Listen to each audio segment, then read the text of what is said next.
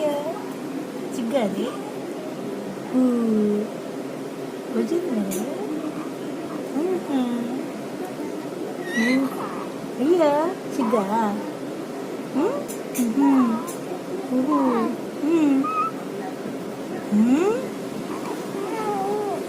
కబుర్లు చెప్పావా మీ నాన్నకి?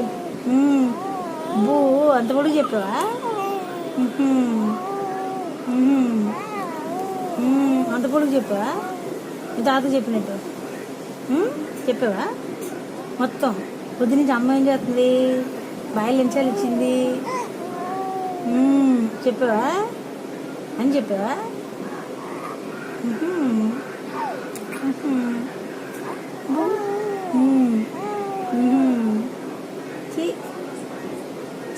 హరీష్ గారు హరీష్ గారు దారి లేకుండా